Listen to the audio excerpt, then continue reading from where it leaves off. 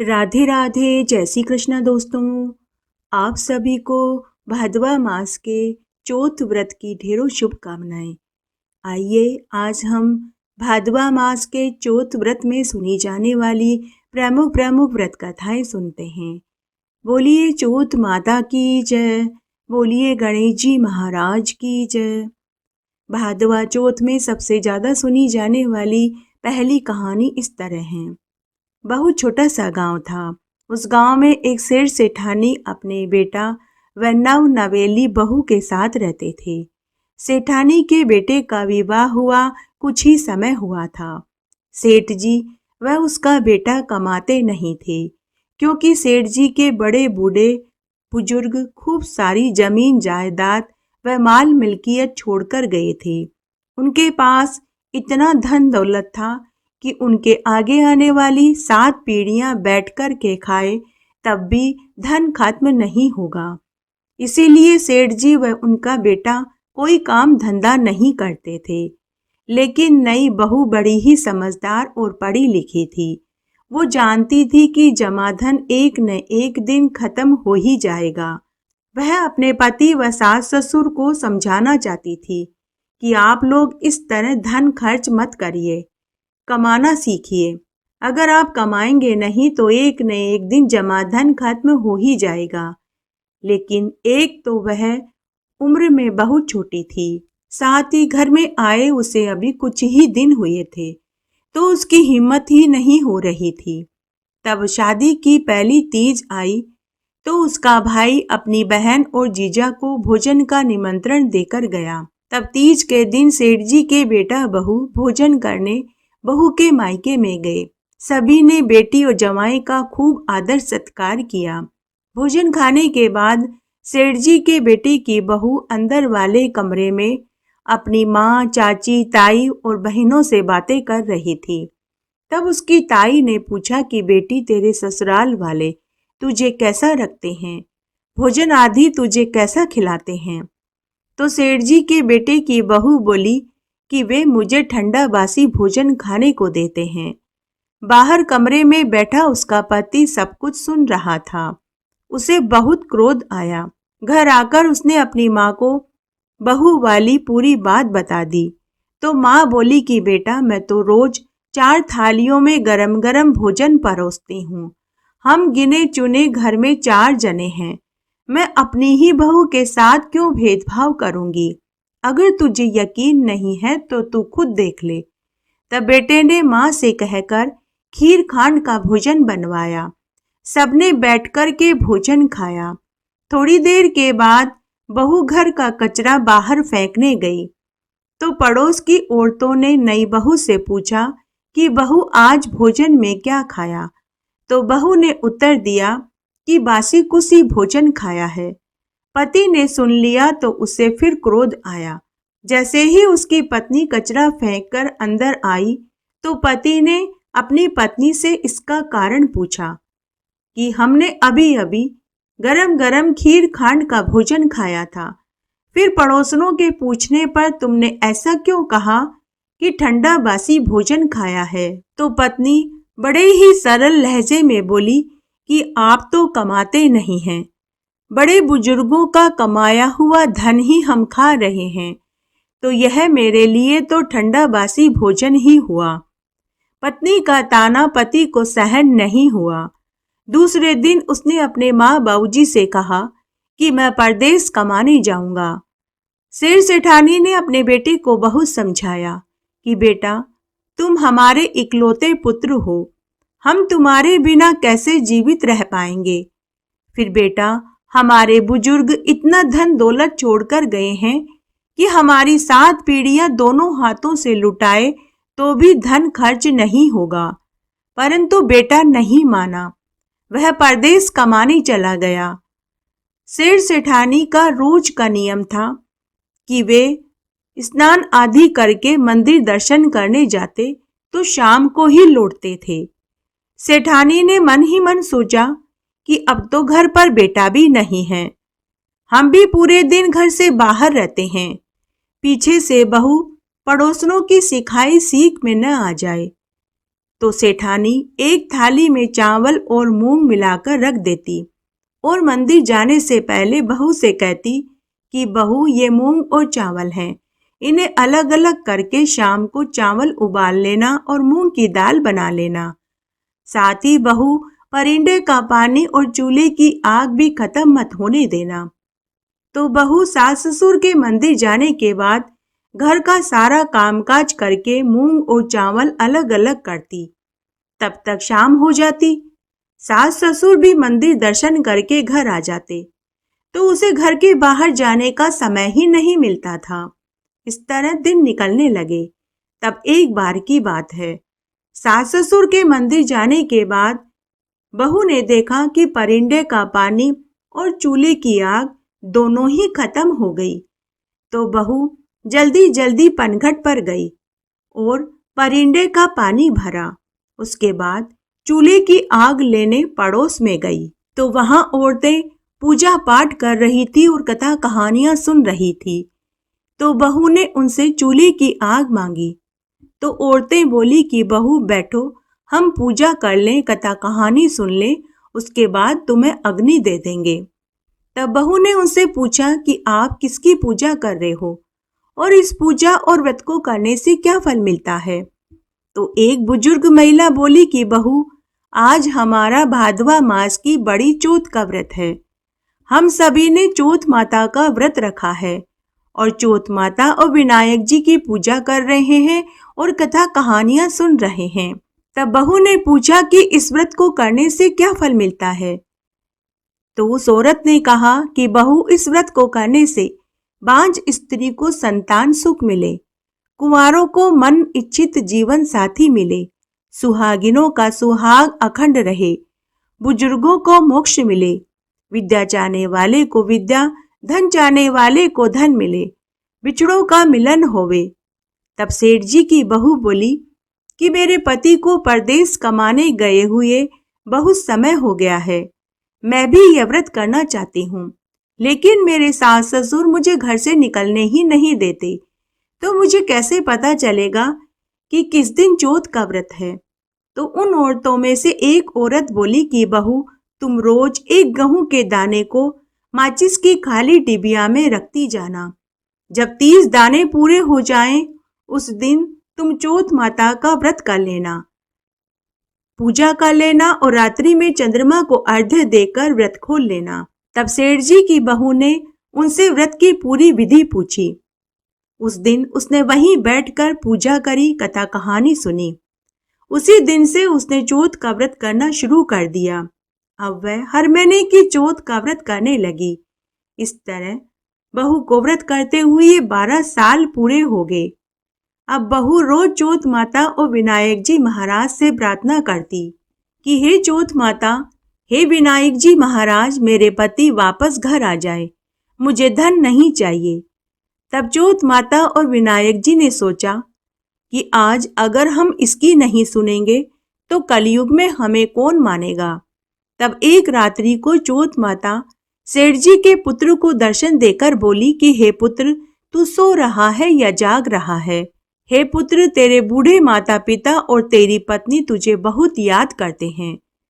पुत्र, तू अब अपने घर व घर वालों की सुध ले। तो स्वप्न में ही सेठ जी का पुत्र बोला कि हे माता, न तो मैं सो रहा हूं न जाग रहा हूं, चिंता में पड़ा हूं। मुझे भी अपने माता पिता और पत्नी की बहुत याद सताती है, लेकिन घर कैसे जाऊं। मेरे मालिक का कारोबार तो बिखरा पड़ा है, किसी से रुपया वापस लेना है तो किसी को माल बेचना है तो किसी से खरीदना है। तो चौथ माता बोली कि पुत्र, कल सुबह तू नहा धोकर दुकान पर जाना और चौथ माता और विनायक जी का नाम लेकर घी का दीपक जला देना। तेरा सारा काम खुद ब खुद हो जाएगा। सुबह जब वह सोकर उठा तो उसने अपने स्वप्न वाली बात मुनीम को बताई। तो मुनीम ने कहा कि बेटा, जैसा चौथ माता ने तुम्हें कहा है तुम वैसा ही करो। तब सेठ जी का पुत्र नहा धोकर दुकान पर गया। उसने चौथ माता और विनायक जी का नाम लेकर घी का दीपक जला दिया। शाम होते होते सारा काम खुद ब खुद हो गया। उधार रुपया जो ले गए थे उन्होंने रुपया वापस कर दिया। दुकान का सारा माल एक ही दिन में बिक गया। दुकान के मालिक को जब पता चला तो उसे बहुत खुशी हुई। तब सेठ जी का बेटा दुकान मालिक से बोला कि मालिक, मुझे 12 साल घर छोड़े हो गया है। अब मैं घर जाना चाहता हूँ। मेरे माता पिता और मेरी पत्नी मेरा इंतजार कर रहे हैं। तो दुकान के मालिक ने खुशी खुशी उसे उसका हिस्सा दे दिया। अब सेठ जी का बेटा खूब सारा धन लेकर अपने घर की ओर चल पड़ा। चलते चलते वह घने जंगल में से जाने लगा तो उसने देखा एक सर्प की पूंछ में आग लगी हुई थी। उसने मिट्टी डालकर सर्प की पूंछ की आग बुझा दी तो सर्प को बहुत क्रोध आया। सर्प बोला कि अरे मूर्ख, मैं 100 साल का बूढ़ा बीमार सर्प था। मैं तो मरने जा रहा था। मेरी मुक्ति होने ही वाली थी कि तूने मुझे बचाकर अच्छा नहीं किया। अब मैं तुझे डसूंगा। तो सेठ जी का पुत्र सांप से बोला कि हे नाग देवता, मैं 12 साल के बाद अपने बुजुर्ग माता पिता और पत्नी से मिलने जा रहा हूँ। जब मैं उनसे मिल लूं तो आप मुझे डस लेना। नाग ने कहा कि मुझे मानव जाति पर यकीन नहीं। तो सेठ जी के बेटे ने वचन दे दिया कि आप आज रात्रि आकर मुझे डस लेना। मैं अपने पलंग पर चादर लटका दूंगा। आप चादर पर चढ़कर मुझे डस लेना। वचन लेकर नाग ने उसे छोड़ दिया। फिर साहूकार का बेटा घर आया और उदास होकर बैठ गया। सेठ सेठानी बेटे से मिलकर बहुत खुश हुए, लेकिन उसे उदास देखा तो उन्होंने समझा कि बेटे को रास्ते की थकान हो गई है, कल तक ठीक हो जाएगा। लेकिन पत्नी बड़ी ही समझदार थी। उसने अपने पति से उदासी का कारण पूछा। पति ने पूरी बात बता दी। तब बहू ने सोने से पहले कमरे की 7 सीढ़ियों पर सांप की पसंद की 7 चीजें रख दी। पहली सीढ़ी पर कच्चे दूध का कटोरा रख दिया। दूसरी सीढ़ी पर फूल बखेर दिए। तीसरी सीढ़ी पर इत्र छिड़क दिया। चौथी सीढ़ी पर बालू रेत बिछा दी। 5वीं सीढ़ी पर मिठाई रख दी। इस तरह हर 7 सीढ़ी पर कोई न कोई सांप के पसंद की चीज रख दी। उसके बाद साहूकार दंपति सो गए। बहू भी दिन भर की थकी हुई थी तो उसे भी लेटते ही नींद आ गई। लेकिन साहूकार के बेटे की आंखों में नींद कहाँ थी। वह पलंग पर पड़ा पड़ा जाग रहा था। अर्धरात्रि को सांप आया। उसने पहली सीढ़ी पर दूध रखा हुआ देखा तो उसने पूरा दूध पी लिया। दूसरी सीढ़ी पर उसने फूल सूंघे। तीसरी पर इत्र सूंघा। चौथी सीढ़ी पर बालू रेत पर लौटने लगा। 5वीं सीढ़ी पर उसने मिठाई खाई। इस तरह प्रत्येक सीढ़ी पर उसने अपने मनपसंद की सभी चीजें खाई। तब सांप बोला कि हे सेठ के पुत्र, तूने मुझे सुख तो बहुत पहुंचाया, लेकिन मैंने तुझे डसने का वचन दिया था, इसलिए डसना तो पड़ेगा। तब सांप बहू के कमरे में पहुंच गया। तभी बैकुंठ में बैठी चौथ माता और विनायक जी महाराज तलवार और ढाल लेकर उस सर्प को मारने आ गए और उसके 4 टुकड़े करके चारों दिशाओं में उछाल दिया। और चौथ माता और विनायक जी सांप को मारकर अंतर्ध्यान हो गए।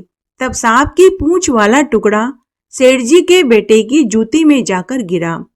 तो सर्प की पूंछ ने सोचा कि जब सेठ का बेटा सुबह उठकर जूतियां पहनेगा तब मैं उसे डस लूंगा। तभी वहां खूब सारी चींटियां आ गई। उन चींटियों ने आपस में बातें करी कि यह सेठ के बेटे की बहू रोज हमें आटा और शक्कर खाने को देती थी। आज इसका पति 12 साल के बाद घर वापस आया है। आज हमें इसके सुहाग की रक्षा करनी ही चाहिए। तब सभी चींटियों ने सांप की पूंछ पर हमला बोल दिया और पूंछ को चट कर गई। सेठ के बेटे को नींद नहीं आ रही थी। वह पलंग पर पड़ा पड़ा यह सब कुछ देख रहा था। जब उसने देखा कि सर्प मर चुका है तो उसे बहुत खुशी हुई।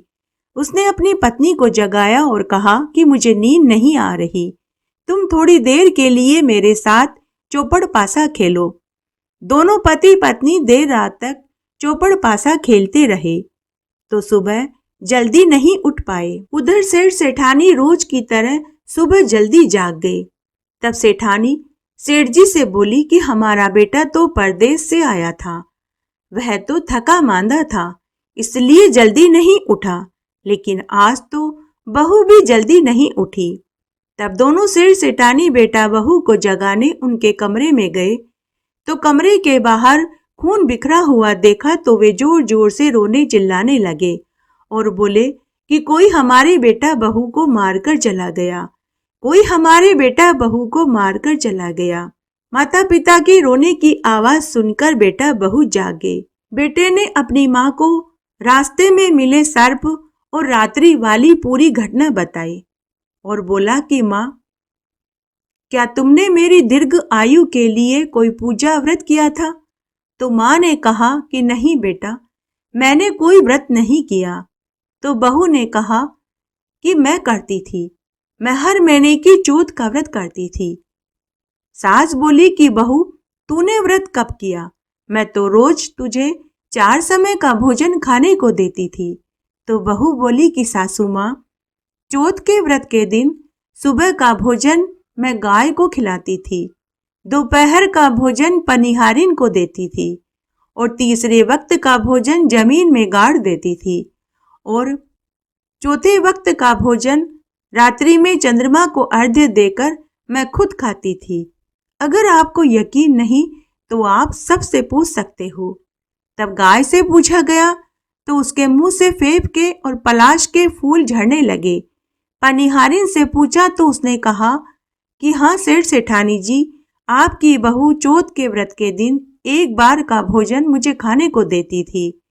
जमीन को खोदकर देखा गया तो रोटियां सोने के सिक्कों में बदली हुई मिली। यह देखकर सास बहू के चरण पकड़कर बोली कि बहू, तू तो बड़ी ही बड़भागिन है, तेरी वजह से आज मेरा बेटा जीवित है। तो बहू बोली कि सासू माँ, उल्टी गंगा नहीं बहती, आप चौथ माता के पांव पकड़िए, मैं आपके पांव लगूंगी। उसके बाद दोनों सास बहू हर महीने की चौथ का व्रत करने लगी। 12 महीने की 4 बड़ी चौथ का उन्होंने धूमधाम से उद्यापन कर दिया। हे चौथ माता, जैसे आपने सेठानी के बहू के सुहाग की रक्षा करी, वैसी सबकी करना। कहानी कहने वाले की, सुनने वाले की और हुक्कारा भरने वाले की। घटती हो तो बुरी हो तो परवान चढ़े, भूले बिसरे नाम तेरे भंडार में भरे। बोलिए चौथ माता की जय, बोलिए विनायक जी महाराज की जय। आइए अब हम भादुड़ी चौथ व्रत की दूसरी सबसे ज्यादा सुनी जाने वाली व्रत कथा सुनते हैं। एक बार बहुत छोटा सा गांव था। उस गांव में एक बुढ़िया माई अपने बेटे के साथ रहती थी। उसके बेटे का नाम ग्वालिया बछालिया था। उसका बेटा जंगल से लकड़ी बीन कर लाता और शहर में बेचता था, उसी से उनका गुजर बसर चलता था। बुढ़िया माई चौथ माता की परम भक्त थी। वह महीने की चौथ का व्रत करती थी। यह व्रत अपने बेटे की लंबी उम्र और खुशहाली के लिए करती थी। वह अपने बेटे की लाई लकड़ियों में से रोज 2 लकड़ी उठाकर अलग रख देती और चौथ के व्रत वाले दिन उन लकड़ियों का गट्ठर बनाकर शहर में बेच देती। उन पैसों से वह आटा, देसी घी, गुड़ खरीद कर लाती और 5 मालपुए बनाती। एक मालपुआ गणेश जी के चढ़ाती, एक चौथ माता के चढ़ाती, एक ब्राह्मण की बेटी को हथकार का निकाल कर देती, एक बेटे को खाने को देती और एक प्रसाद के रूप में खुद रात्रि को चंद्रमा को अर्घ्य देकर भोजन के साथ खाती थी। तब एक दिन की बात है, बुढ़िया का बेटा अपनी ताई के पास गया तो उसकी ताई मालपुए बना रही थी। बुढ़िया का बेटा अपनी ताई से बोला कि वाह ताई, आज तो आप मालपुए बना रहे हो। आज कौन सा त्योहार है जो आप मालपुए बना रहे हो? तो उसकी ताई बोली कि बेटा, आज मेरा भादवा मास की भादुड़ी चौथ का व्रत है, इसलिए मैं मालपुए बना रही हूँ। लेकिन बेटा, तेरी माँ को तो मालपुए खाने का ऐसा शौक चढ़ा है कि वह तो हर महीने की चौथ का व्रत करती है और मालपुए बना बना कर खाती है। तेरी मेहनत की कमाई को वह उड़ा रही है। बुढ़िया का बेटा ताई की सिखाई सीख में आ गया। वह उसी समय घर आया और अपनी माँ से बोला कि माँ, तू चौथ माता का व्रत का नाम लेकर घी के मालपुए बना बना कर खाती है और मेरी मेहनत की कमाई को उड़ाती है। माँ, या तो तू चौथ माता का व्रत करना छोड़ दे, नहीं तो मैं घर छोड़कर चला जाऊंगा। बुढ़िया माई बोली कि बेटा, मैं चौथ माता का व्रत करना तो नहीं छोड़ सकती, चाहे तो तू घर छोड़कर चला जा। लेकिन बेटा, ये चौथ माता का व्रत तो मैं तेरी लंबी आयु और खुशहाली के लिए ही करती हूँ। लेकिन बेटा नहीं माना। वह घर छोड़कर जाने लगा। तो माँ ने कहा कि बेटा, अगर तू जाना ही चाहता है तो चला जा, लेकिन यह चौथ माता के 4 गेहूं के आंखें अपने साथ ले जा। जब भी तुझे कोई संकट आए तो चौथ माता का नाम लेकर एक आंखा पूर देना। चौथ माता तेरे सारे संकट दूर कर देगी। तब बेटा गेहूं के आंखें लेकर घर छोड़कर चला गया। चलते चलते रास्ते में खून की नदी आई। बुढ़िया के बेटे को आगे जाने का रास्ता दिखाई नहीं दिया। तभी उसे माँ के दिए हुए गेहूं के आंखों की याद आई। उसने एक गेहूं का आंखा निकाला और चौथ माता का नाम लेकर वह आंखा खून की नदी में फेंक दिया और बोला कि हे चौथ माता, अगर मेरी माँ चौथ का व्रत मेरे लिए ही करती है तो यह खून की नदी सूख जाए और मुझे आगे जाने का रास्ता मिल जाए। तभी एक चमत्कार हुआ। खून की नदी पूरी सूख गई। बुढ़िया के बेटे को आगे का रास्ता नजर आने लगा। बुढ़िया का बेटा फिर आगे चल दिया। आगे जाने पर घना जंगल आया। वहां एक सांप फन फैलाए हुए बैठा था। वह बुढ़िया के बेटे को जैसे ही डसने लगा कि बुढ़िया के बेटे ने दूसरा गेहूं का आंका सांप की ओर उछाल दिया और बोला कि हे चौथ माता, अगर मेरी माँ चौथ माता का व्रत मेरे लिए करती है तो यह सांप गायब हो जाए। उसी क्षण वह सांप भी गायब हो गया। यह देखकर बुढ़िया का बेटा अचंभे में पड़ गया कि मेरी माँ सच ही कहती थी कि वो तो चौथ का व्रत मेरे लिए ही करती थी, फिर ताई ने मुझे झूठ क्यों बोला। फिर वो मनी मन सोचने लगा कि चलो कोई बात नहीं, अब मैं खूब सारा धन कमाकर वापस घर जाऊंगा और अपनी माँ को सारी खुशियां दूंगा। ऐसा सोचकर बुढ़िया का बेटा आगे चल दिया। आगे जाने पर एक गांव आया। उस गांव में कुमार के आवे में कलश नहीं पकते थे। तब कुमार राजा के पास फरियाद लेकर पहुंचा। राजा ने इसका उपाय पंडित जी से पूछा। तब पंडित जी ने राजा से कहा कि महाराज, आपके गांव पर शाप लगा हुआ है। अब आवे में बर्तन तभी पकेंगे जब हर बार आवा पकाते समय एक मानव की बलि दी जाएगी। तब राजा की आज्ञा से हर बार जब भी कुमार आवा जलाता था तो उस आवे में गांव के एक जने की बलि दी जाने लगी। तब उस दिन एक विधवा महिला के बेटे की बलि राजा की आज्ञा से दी जाने वाली थी। वह विधवा महिला अपने बेटे के लिए घी के मालपुए बना रही थी और रोती जा रही थी। बुढ़िया का बेटा उस झोपड़ी के पास गया। उसे बहुत भूख और प्यास सता रही थी। उसने विधवा महिला से पूछा कि बुआ, आप क्यों रो रहे हो। तो उसने पूरी बात बताई और बोली कि बेटा, मुझ विधवा का यह एकमात्र सहारा है। अगर यह मर गया तो मैं भी कुएं में कूदकर अपनी जान दे दूंगी। बुढ़िया का बेटा बोला कि बुआ, मुझे बहुत भूख लगी है, अगर आप मुझे भोजन खिला दो तो आपके पुत्री की जगह मैं चला जाऊंगा। तो वह विधवा महिला बोली कि नहीं बेटा, तुम क्यों मेरे पुत्र की जगह मरना चाहते हो। तुम भी किसी माँ के बेटे बहन के भाई होंगे। पुत्र, भोजन तो मैं तुम्हें वैसे ही खिला दूंगी। तो बुढ़िया का बेटा बोला कि बुआ, एक तरफ तो तुम मुझे बेटा कहती हो और दूसरी तरफ ऐसी बात कहकर मुझे पराया कर दिया। बुआ, तुम चिंता मत करो, मुझे कुछ नहीं होगा। तब विधवा महिला ने बुढ़िया के बेटे को मालपुए खिलाए। बुढ़िया का बेटा भोजन खाकर रात्रि में वहीं सो गया। दूसरे दिन राजा के सैनिक आए तो विधवा के बेटे की जगह बुढ़िया का बेटा चला गया। सैनिकों ने उसे ले जाकर आवे में चुन दिया और भट्टी में आग लगा दी। तभी बुढ़िया के बेटे ने तीसरा गेहूं का आंखा निकाला और चौथ माता का नाम लेकर आवे में पूर दिया। उसी क्षण आवे में आग बुझ गई और कुमार के सभी मिट्टी के कलश सोने चांदी के कलश में बदल गए। जब गांव वालों ने देखा तो उन्होंने इसकी सूचना राजा को दी। राजा को महान आश्चर्य हुआ कि 1 महीने में पकने वाले मिट्टी के बर्तन एक ही क्षण में कैसे पक गए और वे सोने चांदी के कलश में कैसे बदल गए। राजा खुद अपने सैनिकों को साथ लेकर देखने पहुंचा। तब राजा की आज्ञा से आवे में से सैनिक बर्तन निकालने लगे। तभी आवे में से आवाज आई कि अरे भाई, बर्तन धीरे धीरे निकालना। आवाज सुनकर सभी सैनिक डर गए। तब राजा ने पूछा कि तुम कौन हो, भूत पिशाच डाकन कौन हो। तो बुढ़िया का बेटा बोला कि जिसको आपके सैनिकों ने इस आवे में चुना था, मैं तो वही बोल रहा हूँ। तब राजा के सैनिकों ने उसे बाहर निकाला। तब बुढ़िया के बेटे के साथ वे सभी भी जीवित हो गए जिनकी बलि आवे में पहले दी गई थी। सभी गांव वाले अपने अपने सगे संबंधियों, बेटे पोतों को जीवित देखकर बहुत खुश हुए। तब राजा ने बुढ़िया के बेटे से इसका कारण पूछा। तो बुढ़िया का बेटा बोला कि हे महाराज, मेरी माँ हर महीने की चौथ का व्रत करती है। मुझे और इन सबको चौथ माता ने ही बचाया है। लेकिन राजा को बुढ़िया के बेटे की बात पर यकीन नहीं हुआ। तब राजा ने कहा कि मुझे तुम्हारी बात पर यकीन नहीं। मैं तुम्हारी परीक्षा लूंगा। अगर तुम्हारा कहा सच हुआ तो मैं भी चौथ माता का व्रत करूंगा और साथ ही अपनी राजकुमारी बेटी का विवाह तुम्हारे साथ कर दूंगा और खूब सारा दान दहेज भी दूंगा। लेकिन अगर तुम्हारी कही बात गलत हुई तो मैं तुम्हें फांसी पर चढ़ा दूंगा। बुढ़िया के बेटे ने राजा की शर्त को स्वीकार कर लिया। राजा ने उसी समय अपने सैनिकों से 2 घोड़े मंगवाए। एक घोड़े पर राजा खुद बैठ गया और दूसरे घोड़े पर बुढ़िया के बेटे को बैठा दिया और बुढ़िया के बेटे के हाथ और पांव में रस्सियां बांध दी। राजा ने कहा कि अगर तुम सच बोल रहे हो कि हर बार चौथ माता तुम्हें बचाने आती है तो इस बार भी तुम्हें जरूर बचाने आएगी। अब तुम अपनी चौथ माता को बुलाओ और उनसे कहो कि तुम्हारे हाथ पैरों में बंधी रस्सी मेरे हाथ पैरों में लग जाए। झूठ और सच का फैसला आज अभी इसी समय हो जाएगा। उसी क्षण बुढ़िया के बेटे ने आखिरी गेहूं के आखे को चौथ माता का नाम लेकर पूर दिया और बोला कि हे चौथ माता, आपने मेरी अब तक लाज रखी, अब की बार भी रख लेना। उसी क्षण बुढ़िया के बेटे के हाथों पैरों में से रस्सी खुलकर राजा के हाथ पैरों में लग गई। वहां खड़े सभी गांव वाले सैनिक और राजा को महान आश्चर्य हुआ। राजा को भी चौथ माता का चमत्कार देखने को मिला। राजा चौथ माता की महिमा समझ चुका था।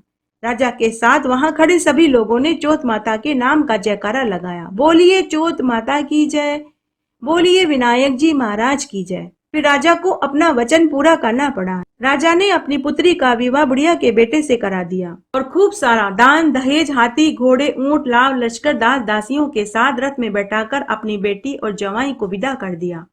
और राजा ने संकल्प लिया कि अब से मैं भी हर महीने की चौथ का व्रत किया करूंगा।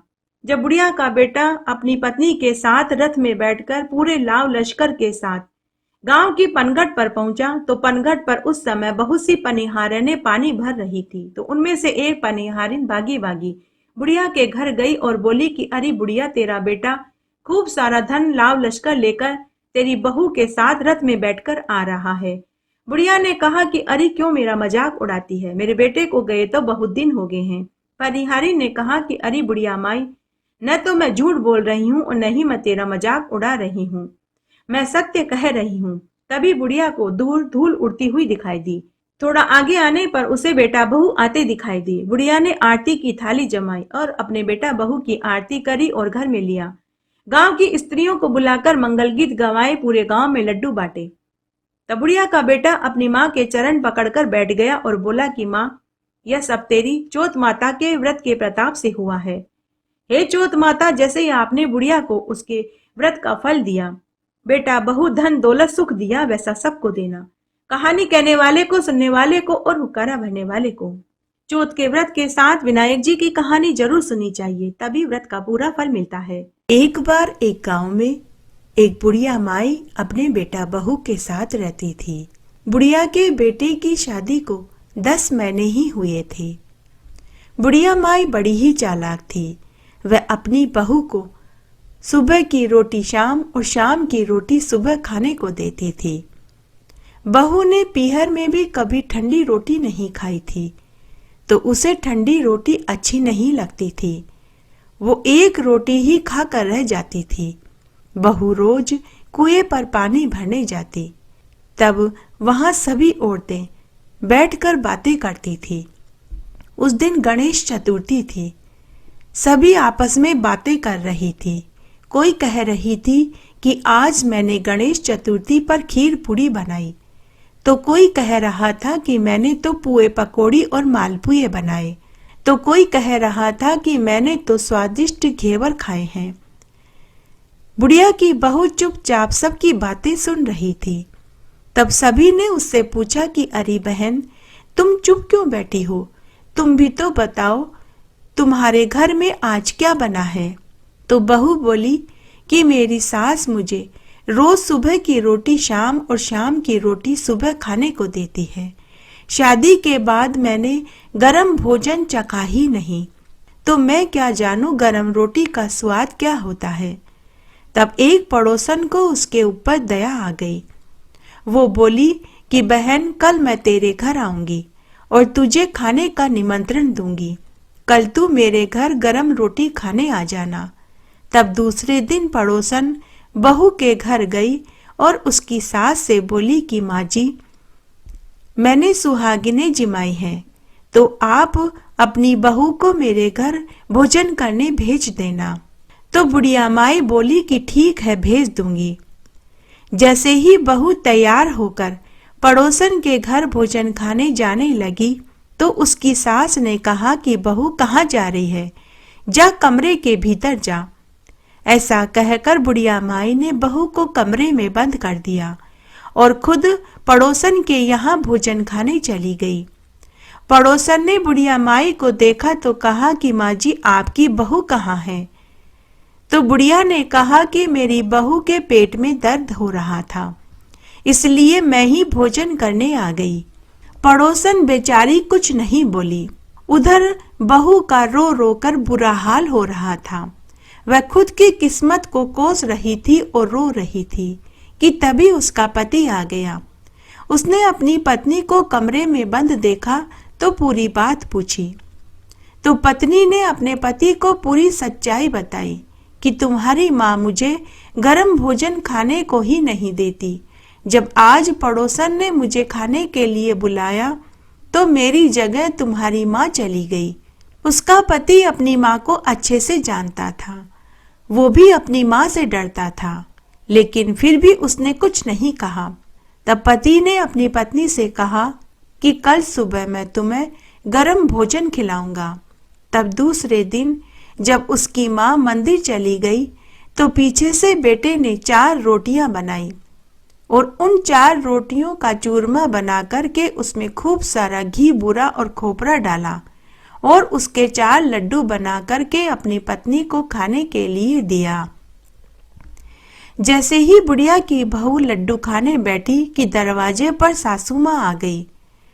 बहू ने 4 लड्डू खाली मटकी में डाले और पानी भरने का बहाना बना करके पनघट पर पहुंच गई, लेकिन पनघट पर उस समय बहुत भीड़ थी। बहू ने सोचा कि अगर मैं यहाँ लड्डू खाऊंगी तो ये सब मेरी सास को कह देगी। तो बहू पास ही गणेश जी के मंदिर में चली गई। वह मंदिर में बैठकर जैसे ही लड्डू खाने लगी तो गणेश भगवान की मूर्ति में से भगवान ने हाथ फैला दिया। तो गणेश भगवान ने हाथ फैलाकर बहू से लड्डू मांगा। तब बुढ़िया की बहू ने गणेश जी की हथेली पर एक लड्डू रख दिया। गणेश जी भगवान ने झट से लड्डू खा लिया। जब बहू दूसरा लड्डू खाने लगी तो गणेश भगवान ने फिर से हाथ पसार लिया। बहू ने दूसरा लड्डू भी गणेश जी की हथेली पर रख दिया। फिर बहू जब तीसरा लड्डू खाने लगी तो गणेश भगवान ने फिर से हाथ पसार लिया। बहू ने तीसरा लड्डू भी गणेश जी को खाने को दे दिया। जब बहू चौथा लड्डू खाने लगी तो गणेश भगवान ने वापस हाथ फैला लिया। तब बहू बोली कि देखो गणेश जी भगवान, घर पर मुझे मेरी सास गरम खाना खाने को नहीं देती और यहाँ पर आप मुझे खाने नहीं दे रहे। मैंने आपको 3-3 लड्डू दे दिए, लेकिन अब मैं ये चौथा लड्डू आपको खाने को नहीं दूंगी, यह तो मैं ही खाऊंगी। तब बुढ़िया की बहू चौथा लड्डू खुद खा गई। उधर गणेश भगवान का हाथ फैला हुआ ही रह गया। बहू लड्डू खाकर घर आ गई। उधर गणेश मंदिर में जैसे ही पुजारी आया और गणेश भगवान का हाथ फैला हुआ देखा तो वह मन ही मन सोचने लगा कि जरूर कोई प्रलय आने वाली है, इसीलिए गणेश भगवान ने हाथ फैला रखा है। पूरे गांव में यह खबर आग की तरह फैल गई। फिर राजा के पास भी यह खबर गई। तब राजा ने यह ऐलान करवाया कि जो भी गणेश भगवान के हाथ को सीधा कर देगा उसे 500 स्वर्ण मुद्राएं दी जाएगी। तब बड़े बड़े पंडित ज्ञानी महात्मा आए, बड़े बड़े यज्ञ हवन किए गए, भंडारे किए गए, लेकिन सब बेकार रहा। जब यह बात बुढ़िया की बहू को पता चली तो बुढ़िया की बहू अपने पति और सास से बोली कि गणेश भगवान के हाथ को मैं सीधा करवा दूंगी। आप राजा से कह दो कि वह हमारे घर से लेकर मंदिर तक जाजम बिछा दे, कनात लगवा दे और उस समय मंदिर में कोई भी न रहे। तब बुढ़िया और उसका पति बोला कि अरे बड़े बड़े ज्ञानी पंडित महात्मा कुछ नहीं कर पाए, तू क्या कर लेगी? लेकिन बहू ने कहा कि जैसा मैं कहती हूँ आप वैसा ही कीजिए। तब सास राजा के पास महल में गई और बोली कि महाराज, मेरी बहू गणेश भगवान के हाथ को सीधा कर देगी, लेकिन उसकी एक शर्त है कि हमारे घर से मंदिर तक जाजम बिछा दी जाए, कनात लगवा दी जाए, और उस समय जब मेरी बहू मंदिर में हो तो कोई भी मंदिर के भीतर न रहे। तब राजा ने कहा कि ऐसा ही होगा। तब बुढ़िया के घर से लेकर मंदिर तक जाजम बिछाई गई, कनात लगवाई गई। लेकिन राजा ने सोचा कि छुप कर देखना चाहिए कि क्या माजरा है। तब राजा पहले से ही मंदिर में छिप कर बैठ गए। तब बहू मंदिर में आई। मंदिर में आकर उसने दरवाजा बंद कर लिया और गणेश भगवान से बोली कि देखो गणेश जी भगवान, मैंने शादी के बाद कभी गरम भोजन नहीं खाया। मेरी सासू माँ मुझे सुबह का खाना शाम को और शाम का खाना सुबह देती है। जब पड़ोसन ने मुझे खाने का न्योता दिया तब भी मेरी जगह मेरी सास चली गई, और फिर जब मेरे पति ने मुझे चूरमे के 4 लड्डू बनाकर के दिए तो उनमें से मैंने 3 लड्डू आपको खाने को दिए। अगर चौथा लड्डू मैंने खा लिया तो क्या गुनाह कर दिया? तब गणेश भगवान बोले कि बेटी, मैं तो तेरी परीक्षा ले रहा था, मैं तो तेरा अगला जन्म सुधार रहा था ताकि तेरा अगला जन्म सुधर जाए। तब बहू बोली कि हे गणेश जी भगवान, मैं अनपढ़ गंवार इन सब बातों को क्या जानूं, मुझसे गलती हो गई, लेकिन अब आप अपना हाथ सीधा कर लीजिए, मेरी जग हंसाई मत कराइए। तभी गणेश जी भगवान ने अपना हाथ सीधा कर लिया। बहू गणेश जी भगवान को प्रणाम करके घर आ गई। राजा ने पूरी बात सुन ली। तब राजा ने सिपाही भेजकर बहू और उसके पति और उसकी बुढ़िया माँ को महल में बुलवाया। राजा ने बुढ़िया से कहा कि अरे बुढ़िया माई, मैंने सुना है कि तू अपनी बहू को गरम भोजन खाने को नहीं देती, इसलिए मैं तुझे जेल की सजा सुनाता हूँ। लेकिन बहू राजा से बोली कि हे महाराज, सास तो माँ के समान होती है, आप उन्हें जेल की सजा मत सुनाइए। तब राजा ने बुढ़िया से कहा कि अरे बुढ़िया माई, मैं तुझे एक शर्त पर छोड़ सकता हूँ। अगर तू अपनी बहू को गरम भोजन खाने को देगी तब मैं तुझे जेल में नहीं डालूंगा। तब बुढ़िया माई हाथ जोड़कर राजा से बोली कि हे महाराज, मुझे माफ कर दीजिए, आज के बाद मैं अपनी बहू को गरम भोजन खाने को दूंगी। उसके बाद राजा ने बुढ़िया की बहू को 500 स्वर्ण मुद्राएं दी। हे गणेश जी भगवान, जैसे आपने बुढ़िया की बहू का मान रखा वैसे सबका रखना, कहानी कहने वाले का, सुनने वाले का और हुक्कारा भरने वाले का। चौथ व्रत में सभी कथा कहानियों के साथ छीक माता की कहानी जरूर सुननी चाहिए। आइए अब हम छीक माता की कहानी सुनते हैं। एक बार एक साहूकार का बेटा था। वह शहर से कमाकर घर लौट रहा था। रात्रि हो गई। वह जंगल के रास्ते से जा रहा था कि तभी उसे एक मंदिर दिखाई दिया। उसने सोचा कि रात्रि में इसी मंदिर में सो जाता हूँ, सुबह होने पर घर चला जाऊंगा। तो साहूकार का बेटा उस मंदिर में चबूतरे पर सो गया। उस मंदिर में एक वट का वृक्ष था। उस वट वृक्ष की पोखर में सांप उस वट वृक्ष की पोखर में नाग नागिन का जोड़ा रहता था।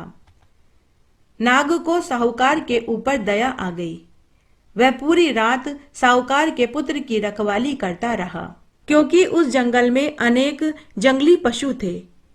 वे कभी भी आकर उस साहूकार के पुत्र को खा सकते थे। इसलिए नाग पूरी रात जागकर साहूकार के पुत्र की रखवाली कर रहा था। सुबह जब साहूकार का बेटा सोकर उठा तो उसने नाग को उसकी रखवाली करते हुए देखा। साहूकार को नाग के ऊपर दया आ गई। साहूकार ने वहीं एक ग्वाले से दूध लेकर नाग को पिला दिया। तब नाग ने नागिन से कहा कि तू यहीं रह, मैं डस कर आता हूं। नागिन बोली कि मैं भी आपके साथ चलूंगी।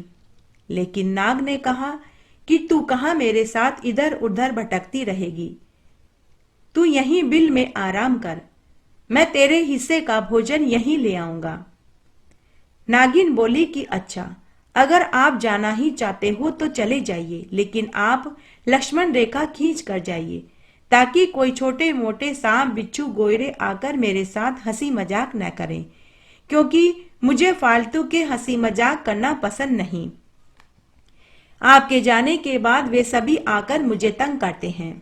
तब सांप ने अपनी पूंछ से वहां एक लक्ष्मण रेखा खींच दी और चला गया। साहूकार का बेटा पेड़ के पीछे खड़ा नाग नागिन की सारी बातें सुन रहा था। अभी नाग ज्यादा दूर भी नहीं गया था कि तभी वहां खूब सारे छोटे मोटे सांप बिच्छू गोयरे नागिन के पास आए। सभी सांप बिच्छू गोयरे लक्ष्मण रेखा देखकर दूर खड़े हो गए। तब नागिन खुद लक्ष्मण रेखा पार करके बाहर आ गई और उनके साथ हंसी ठिठोली करने लगी। साहूकार के पुत्र को यह बात पसंद नहीं आई। उसने सोचा कि अभी तो यह नाग से कह रही थी कि इसे हंसी मजाक पसंद नहीं, और अब यह खुद लक्ष्मण रेखा पार करके इनके साथ हंसी ठिठोली कर रही है। तो उसने 7 छोटे छोटे पत्थर उठाए और उस नागिन को पत्थर की मार कर घर आ गया। उधर नाग के वापस आते ही नागिन को भवन में बैठी मिली। नाग ने अपनी नागिन से नाराजगी का कारण पूछा तो नागिन ने कहा कि आज आप उसी साहूकार के बेटे को डस कर आइए जिसकी कल रात आपने रक्षा करी थी। नाग बोला कि अरे भगवान, क्या हुआ? तब नागिन बोली कि आपने तो उसकी रक्षा करी और बदले में वह मुझे 7 पत्थर की मार कर गया है।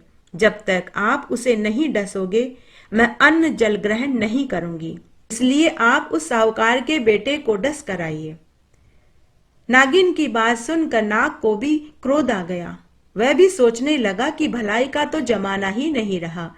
मैंने साहूकार के बेटे की पूरी रात जागकर रक्षा करी और वो मेरी ही पत्नी को मारकर चला गया। जब नाग साहूकार के घर पहुंचा तो उसने देखा संध्या का समय हो रहा था। साहूकार खाना खाने के लिए अपनी माँ के पास बैठा हुआ था। उसकी माँ पंखा झल रही थी और उसकी पत्नी भोजन में थाल परोस रही थी। सांप ने सोचा कि पहले मैं इसे भोजन कर लेने देता हूं, उसके बाद इसे डसूंगा। तो वह परिंदे में कुंडली मारकर बैठ गया। साहूकार की पत्नी जैसे ही खाना परोसने लगी तो उसे छींक आ गई। साहूकार की मां ने अपनी बहू को भोजन परोसने से मना कर दिया। थोड़ी देर बाद बहू पुनः पानी का गिलास लेकर आई तो फिर से उसे छींक आ गई। साहूकार की मां ने फिर से अपनी बहू को पानी का गिलास रखने से मना कर दिया। थोड़ी देर बाद बहू फिर से भोजन की थाली लेकर आई तो उसे फिर से छींक आ गई। साहूकार की मां ने फिर से अपनी बहू को भोजन परोसने से इनकार कर दिया। तब साहूकार अपनी मां से बोला कि मां, मुझे तुम औरतों की बातें समझ नहीं आती।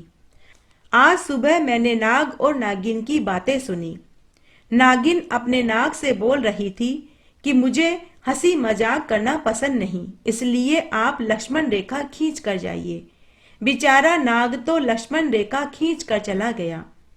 नाग के जाते ही वह नागिन खुद सांप बिच्छू गोयरे अजगर से हंसी ठिठोली करने के लिए लक्ष्मण रेखा पार करके बाहर आ गई। माँ, मुझे ये 2 मुही बातें पसंद नहीं आती, तो मैं उस नागिन को 7 पत्थर मारकर आया हूँ और घर आया तो यह छींक वाली बात, ये सारी बातें मुझे पसंद नहीं आती। ये सारी बातें नाग सुन रहा था।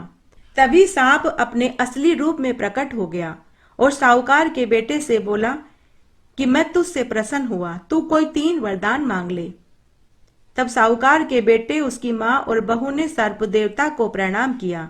तब उसने पुत्र, धन, दौलत और यश मांगा। नाग देवता ने उसे तथास्तु कहा और वरदान देकर अंतर्ध्यान हो गया और वापस अपनी नागिन के पास पहुंचा और अपनी नागिन की नाक काट ली और बोला कि अरे पापीन दुष्ट, तूने तो अपना धर्म भ्रष्ट कर दिया। तूने मुझे झूठी कहानी सुनाई। अगर आज मैं साहूकार के पुत्र को डस लेता तो मेरा भी धर्म भ्रष्ट हो जाता। इस प्रकार साहूकार के घर में छींक का नियम रखा तो साहूकार के बेटे की जान बच गई। इसलिए अगर छींक आ जाए तो थोड़ी देर के लिए शुभ काम को टाल देना चाहिए। छींक का नियम रखना चाहिए। सभी कथा कहानियों के साथ में लपसी और तपसी की कहानी जरूर सुननी चाहिए, नहीं तो व्रत और कथा का फल नहीं मिलता। आइए अब हम लपसी और तपसी की कहानी सुनते हैं। एक बार एक लपसी और एक तपसी था। तपसी तो भगवान की तपस्या करता था और लपसी सवासेर की लापसी बनाकर के भगवान को भोग लगाता और बाद में वह खुद जीव लेता था। एक दिन दोनों में लड़ाई होने लगी। लपसी बोला कि मैं बड़ा हूँ, तो तपसी बोला कि मैं बड़ा हूँ। कि तभी नारद मुनि उधर से गुजरे। नारद मुनि ने उन दोनों से लड़ाई का कारण पूछा। तब लपसी और तपसी दोनों ने नारद मुनि से लड़ाई का कारण बताया। दोनों ने पूछा कि हे देवऋषि, अब आप बताइए कि हम दोनों में से कौन बड़ा है। नारद मुनि ने कहा कि मैं तुम दोनों की लड़ाई का फैसला कल करूंगा। दूसरे दिन नारद मुनि ने दोनों के सामने 1.25 करोड़ की अंगूठियां गिराई। 1.25 करोड़ की अंगूठी देखकर तपसी के मन में लालच आ गया। उसने अंगूठी उठाई और अपने घोड़े के नीचे छिपाकर बैठ गया और तपस्या करने लगा। लेकिन लपसी ने अंगूठी की तरफ देखा भी नहीं। वह नहा धोकर सवासेर की लापसी बनाकर के भगवान को भोग लगाकर खुद जीवने लगा। इतने में नारद मुनि वहां पहुंच गए। दोनों ने नारद मुनि से पूछा कि हे देवऋषि, अब बताइए हम दोनों में से कौन बड़ा है। नारद मुनि ने तपसी से कहा कि हे तपसी, तू अपना घोड़ा ऊपर कर। जैसे ही तपसी ने घोड़ा ऊपर किया तो पांव के नीचे से 1.25 करोड़ की अंगूठी निकली। नारद मुनि ने तपसी से कहा कि हे तपसी, तूने अंगूठी चुराई, इसलिए तेरी तपस्या भंग हो गई, इसलिए लपसी बड़ा है। यह सुनकर तपसी दुखी हो गया और दुखी मन से नारद मुनि से पूछने लगा कि हे देवऋषि, अब मुझे मेरी तपस्या का फल कैसे मिलेगा। नारद मुनि ने तपसी से कहा कि जो कोई भी रोटी बनाकर के बाटियां नहीं बनाएगा तो फल तुझे मिलेगा। ब्राह्मण जिमा करके उसे दक्षिणा नहीं दी तो फल तुझे मिलेगा। बहन बेटियों बुआ भतीजियों को साड़ी देकर ब्लाउज नहीं दिया तो फल तुझे मिलेगा। दिया से दिया जलाया तो फल तुझे मिलेगा। सीधा देकर ब्राह्मण को दक्षिणा नहीं दी तो फल तुझे मिलेगा। महिलाएं सीधे हाथ की तरफ नाड़ा बांधेंगी तो फल तुझे मिलेगा। मकान बनवा कर के थली नहीं बनवाई तो फल तुझे मिलेगा। और कोई सा भी व्रत हो, सभी कथा कहानियों के साथ में लपसी और तपसी की कहानी नहीं सुनी तो फल तुझे मिलेगा। ऐसा कहकर नारद मुनि चले गए। इसलिए सभी कथा कहानियों के साथ लपसी और तपसी की कहानी जरूर सुननी चाहिए। आड़ी बाड़ी सोनारी बाड़ी, जिमे बैठी कान कुंवारी काई पूजे। दशा माता की बाड़ी पूजे, दिहाड़ी बाड़ी की बाड़ी पूजे। गजानन भगवान की बाड़ी पूजे, विष्णु भगवान की बाड़ी पूजे, सूरज भगवान की बाड़ी पूजे, सत्यनारायण भगवान की बाड़ी पूजे, तुलसी माता की बाड़ी पूजे, पथवारी माता की बाड़ी पूजे, धर्मराज जी की बाड़ी पूजे, पोपाबाई की बाड़ी पूजे, राम लक्ष्मण सीता माता की बाड़ी पूजे, विश्राम भाव जी की बाड़ी पूजे, संतोषी माता की बाड़ी पूजे, मावस भगवान की बाड़ी पूजे, एकादशी भगवान की बाड़ी पूजे, 33 कोटि देवी देवताओं की बाड़ी पूजे। बाड़ी पूजे से काई होवे, अन्न होवे, धन होवे, लक्ष्मी होवे, रिद्धि होवे, सिद्धि होवे, साईं जी को साज होवे, पुता को परिवार होवे, पोता होवे, दोयता होवे, दोयता के लिए खीर खांड रांधे, पोता बहू के लिए राबड़ी रांधे। खाटी लागे राबड़ी, मीठी लागे खीर, चढ़ी चढ़ाई लेकी आवे, गोरी ढूंढ विनायक, ढूंढा भरा भांडना, सोना का ढाकना, रिमता चिमटा दूध सराद्या। बहू परोसे सासू जी में, सासू परोसे बहू जी में, सासू खाट लिया बहू पाट लिया, मंदरिया मंदराली बात, गले टके का हार, या बात कटे की है, अमूल्या की डाल की कहवे, सरोवर की पाल की कहवे, अन्न के आटे की कहवे, जल के लोटे की कहवे, तुलसी के क्यारे की कहवे, 4 भाई बहन की कहवे। जो मिले तो नगर नोता, नगर न बन पावे तो 12 मन का लाडू करे, 12 मन का लाडू न बन पावे तो 6 मन का लाडू करे, 6 मन का लाडू न बन पावे तो 1.5 मन का लाडू करे, 1.5 मन का लाडू न बन पावे तो 1 मन का लाडू करे, 1 मन का लाडू न बन पावे तो 12 महीने की बात लेकर 12 सेर का लाडू करे, 6 महीने की बात लेकर 6 सेर का लाडू करे, 12 सेर में 3 सेर गुड़, 3 सेर घी, 6 सेर आटा लेकर 12 सेर का 12 लाडू करे। एक पानी की पनिहार की, एक रमता बालक न देवे, एक गाय का ग्वाला न देवे, एक सास की, एक बेटे की, एक बहू की, एक माँ की, एक बहन की, एक भाई की, एक पुरानी औरत, एक छाणे की छड़ियार, एक दशा माता के गड़े रखे, एक तुलसा के क्यारे में रखे। एक समय व्रत करे, खाओ जो कर्म को, पाठ जो धर्म को, या बात कहवे। खाटी मूली छाछ दे, गलोड़ी में घी दे, तलोड़ी में तेल दे, ख्वाजा को फड़को दे, पापड़ को तड़को दे, जड़ूलो पूत दे सासू जी को परसन दे, बहू को जीवन दे, दोरानी जेठानी खमा खमा करे, बोल बोलनी पाड़ोसन दे, तलिया गुणी गोबर दे, चोरनी आकानु आका चोरिया, थारा घर को धर्म थाने लगे, मारा घर को धर्म मने बढ़ाओ, पीपल पूजो पनोती भर भर, मोतिया को थाल दुख दर्द कम करजो, राज पाट दीजो, उठो बहू बेटी गीलो सुको कामण गाओ, कामण की आवे हाथ, स्त्री रो कूचो मरद रहात, गढ़ मोत्यारो हाथ, 33 कोटि देवी देवताओं ने नमस्कार, उठो भाई तपसी, जीमो भाई लपसी, भाई को थान भाभी को मान, थाना था की वार्ता को फल, माना माँ की कथा कहानी और व्रत को फल। अर्घ्य देते समय बोलना चाहिए, सोनाकी से सांकली गलमुत्या को हार, चौबाती को दीवलो, चार प्रहर की रात, आम तले मारो सासरो, नीम तले मारो पीर, चारू गेला यू बव जाए कीड़ी की सिनार, भादवा मास की चांद ने अर्घ देवता जीवो पूत वीर भरता। और दूसरा आप इस तरह भी बोल सकते हैं, चांदा हेलो उगियो हरियाबास कटाए, साजन बबार ने आकापाती लाए, सोना की सी सांकली गलमत्या कुहार, भादवा चौथ का चांदन अर्घ देवता जीवो वीर पूत भरतार। इस तरह आज हमने एक एक करके भादुड़ी चौथ व्रत में सुनी जाने वाली सभी कथा कहानियां सुनी। आशा करती हूँ इन कथा कहानियों को सुनने का आपको संपूर्ण फल प्राप्त होगा। मेरे साथ बने रहने के लिए आपका धन्यवाद। आगे आने वाली कथा कहानी के लिए भी आप इसी तरह मेरे साथ बने रहें। धन्यवाद।